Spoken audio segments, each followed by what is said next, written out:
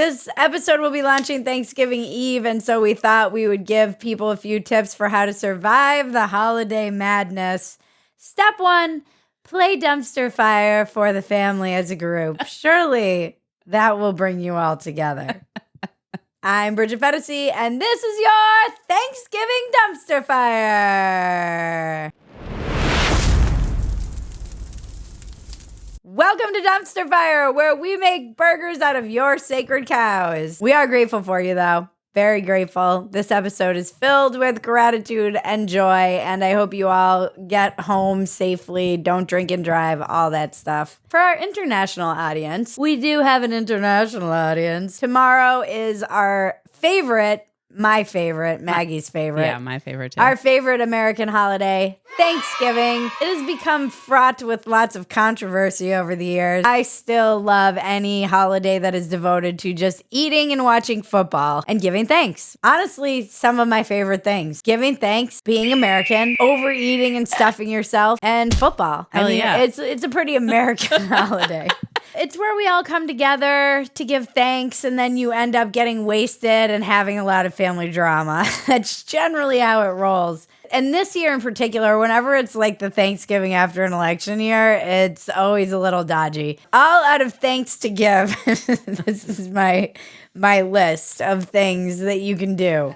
1, don't go. If you're going to be a pain in the butt, don't go. If you're going in with a bone to pick, don't go. If you know there's someone there who's going to trigger you, don't go. Spare the family and the children, mostly the children. This is not about you this holiday. It's about giving thanks. If it's just too much, don't go. You don't have to go. Go volunteer and go to a casino or something. There's going to be a lot of a tendency to gloat.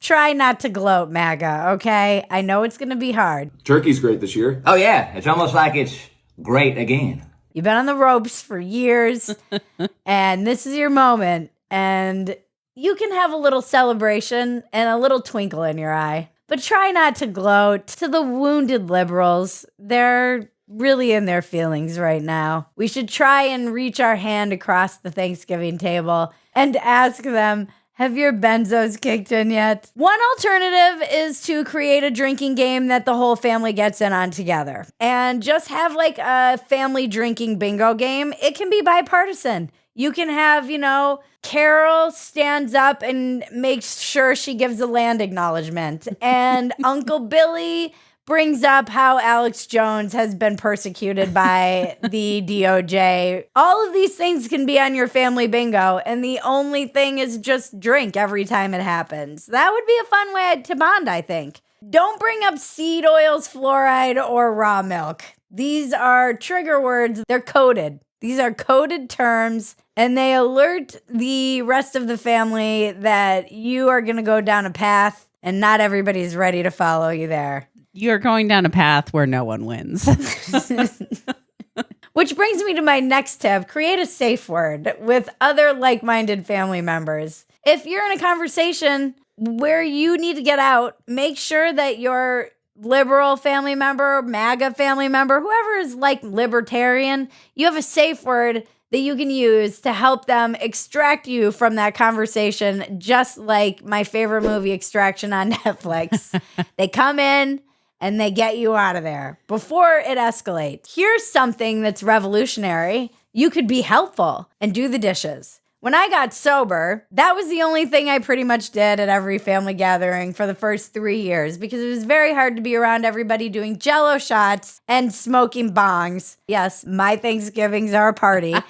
I therefore had to just make myself useful and hide from the rest of the people. Another great alternative, play with the kids. You don't have to talk to grown-ups. You can avoid small talk. You're also being helpful, and you can just be entertaining to nieces and nephews and to the children who are at the dinner. Be helpful. If there's snow, go shovel. If you need to get outside and let some steam off because Billy asked you what you're doing with your gender studies degree, get out of there. Finally, have an exit strategy. This is true for when you're in early sobriety. They tell you to have an exit strategy pretty much anywhere you go. I will give this to you as you approach the holidays with your family. Get in there, enjoy yourself, try and be useful, try not to be a dick. This is my number one rule. Don't be a dick. If you can't avoid any of those things, have an exit strategy, and please don't drink and drive. Just call an Uber. So make sure that exit strategy isn't you dramatically being like, I'm leaving, I'm out of here. And then everyone's trying to take your keys and they're like, Billy, no.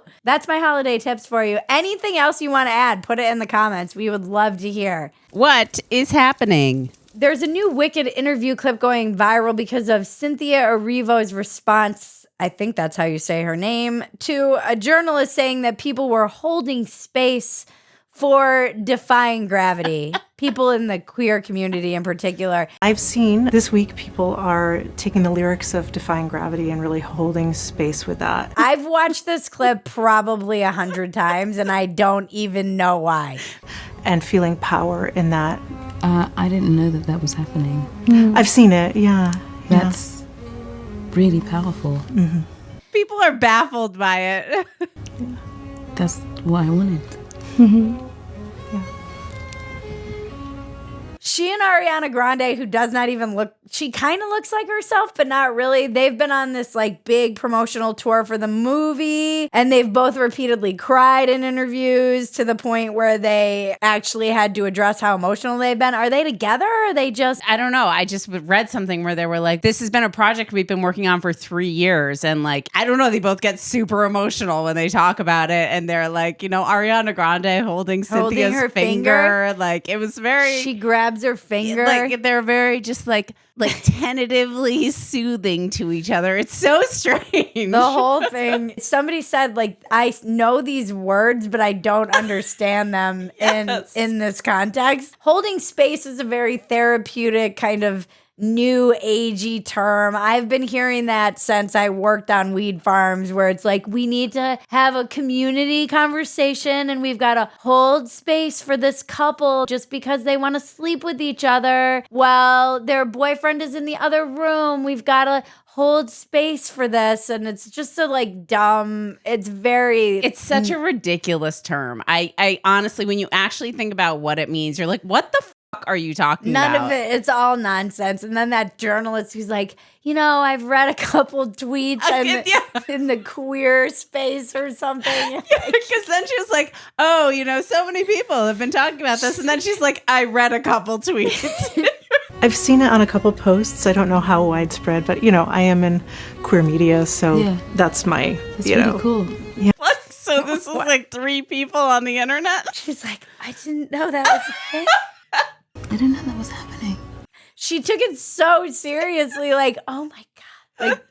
Like you just told her that the second plane crashed into the tower. Or that was the level of emotional response we got from her. I was like, really? I didn't know this was happening. Or that the song literally like sung someone back from the dead, you know? Like, these people are all parodies. I don't even know how they're real. They feel so not like humans to me. I'm like, this is how Trump won, guys, because nobody normal understands anything that you guys are saying.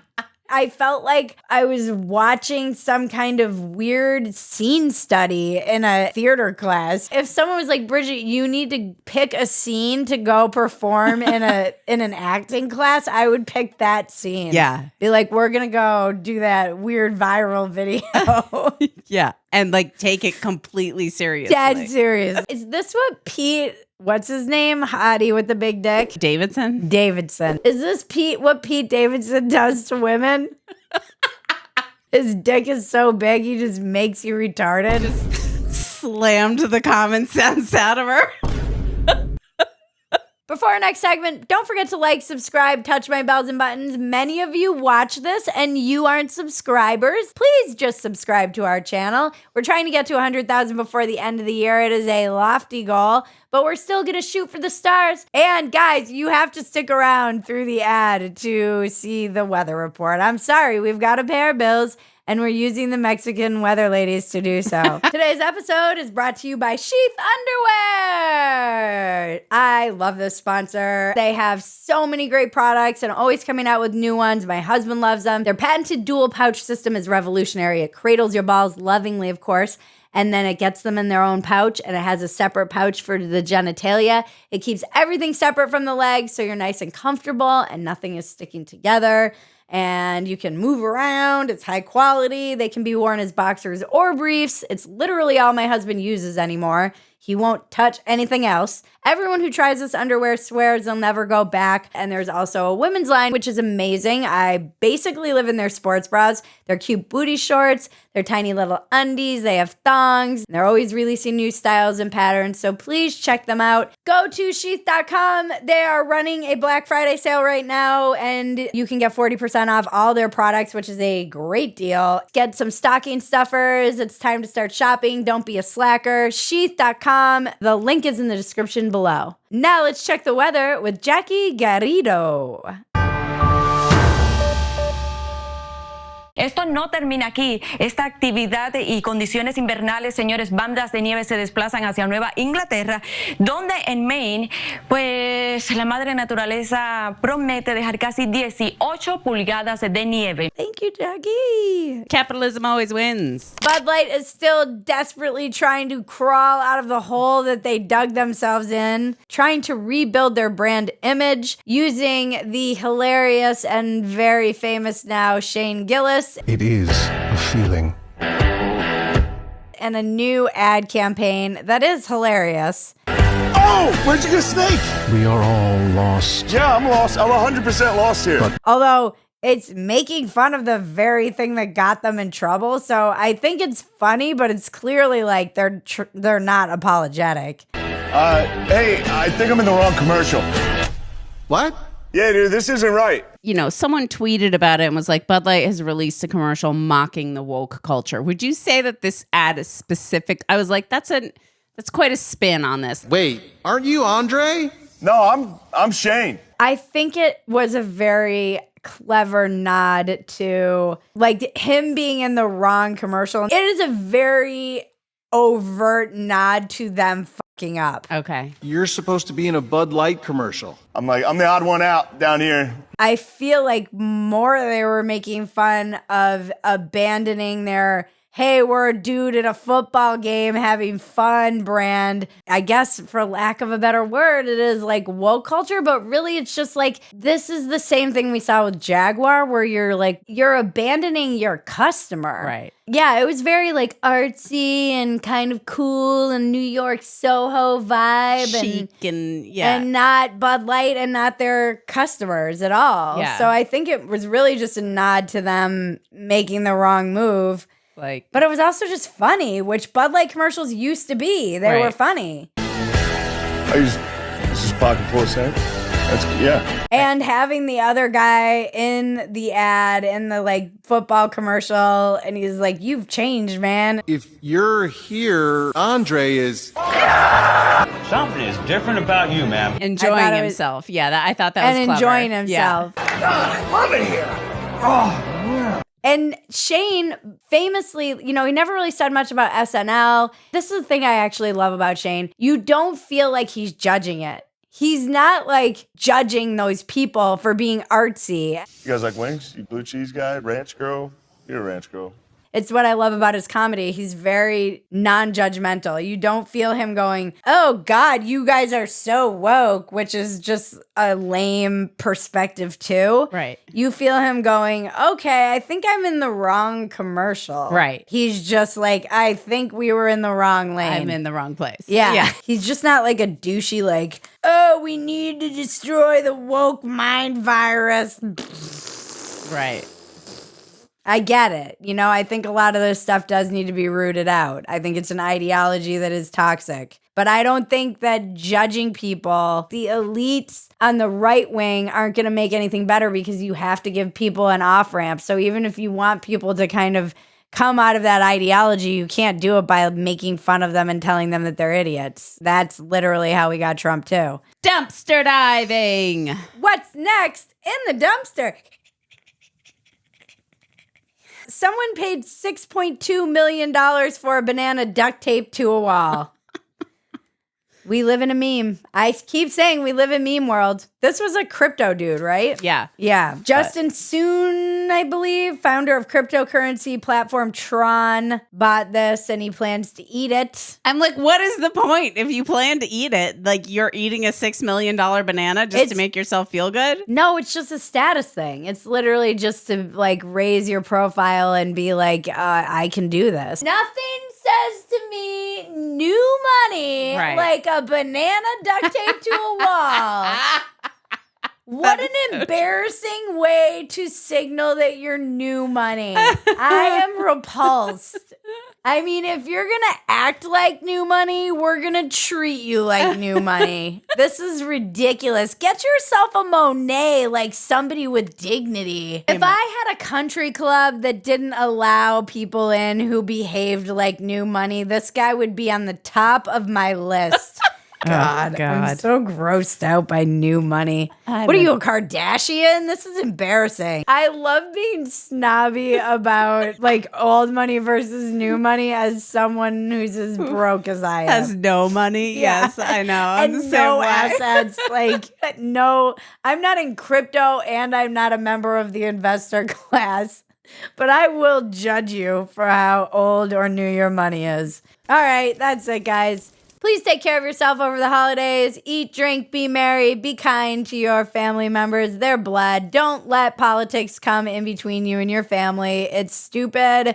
Life is too short. We're on a freaking rock in space. None of this really matters, particularly all of the ups and downs of the politics when none of these old money or new money people give a shit about you. Try not to be a dick. And try not to get too triggered by dicks, because that's what dicks like to do. That's it. If you love Dumpster Fire, the best thing you can do is become a supporter of Dumpster Fire. Go to Phetasy.com. You get the unedited version behind the paywall before the edited version drops. You also get a crap load of other content. It is well worth it for the amount of stuff we're putting out. It's like our own personal Netflix. You are going to get new content all the time. We should have like a little housekeeping. Housekeeping. We're moving Watkins Welcome off this channel and onto its own channel, so it has its own algorithm and its own audience and all of this stuff. So go head on over there. Link is in the description below. You can like and subscribe there. Please do. Don't miss out on that. We're running a holiday sale. It is Black Friday. We're getting in on it. 20% off orders of $50 or more for all of our old merch that's on there. The promo code is Merry Phetasy. That's MERRY Phetasy. We're bringing back the women hoodie with a slightly different design, and we'll have new holiday pajamas. The discount does not apply to new designs. That's my disclaimer. Thank you to everybody who makes Dumpster Fire possible. We love you. I feel like more and more you are finding us. We're just trying to have fun while the world goes crazy. And now to cleanse your palate, the internet is glorious. Ariana Grande, Cynthia Erivo, thank you so much for being here for this interview today. Thank you. Thank you for being here. Thank you for having us. Oh, this is the best day of my life. This is such an opportunity. Well, a lot of your fans have been wanting to know, what is your favorite color? Speechless. I'm gonna cry. I can't answer this. Do you want me to go first? Please. Okay. Funnily enough. Hold my hand. Hold your hand. My favorite color. Don't say it. Is green. Oh! I love you so much. You're so talented. Ari, mine is pink. Oh. You are everything. You were so good. I'm gonna cry. Remember, life is absurd. Don't take yourself so seriously. Take the work seriously. Don't take yourself seriously. Happy Thanksgiving, you guys. I'm truly very grateful for you. OG viewers, new people, all of you. You make me so happy to be able to do this. It is truly a luxury to be able to do this, and I don't take it for granted. I don't take your time for granted. So thank you. Thank you for being out there, and I will see you on the other side of Turkey Day. Happy Thanksgiving, everybody. This has been your Dumpster Fire. I'm Bridget Phetasy. Now make me rich so I can be new money. Fuck, I'll be new money. Damn it. But you'll act like old money. True. And the unicorns dance while the world burns, world burns.